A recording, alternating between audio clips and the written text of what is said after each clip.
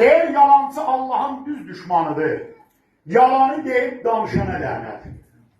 Qur'an nuru özgə malı haramdır. Özgənin malını yiyənələr. Qəsb yerlərdə qılınmaz namaz. Ağ zəmzəmdən alsan dəst namaz. Adam vardı, xeyri-şərin anlamaz. Özgənin libasını giyənələr. Peyğəmbər özü buyurub o zaman.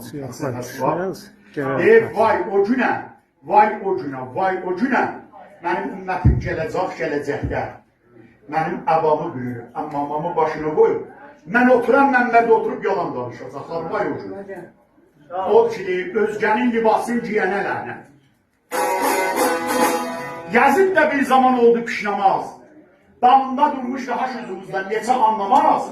Namaz qılan əli balasını oxlamaz. Kərbəlada fitva verənələr. Dində geçti Həmzənin qanını. Kufa ısındı göz peymanını. Yekanlı əli unutmaz imanını. Namaz üstə zərbət vurana lənət. Əli Kemallı Peyğəmbər Camallı bir sələvat.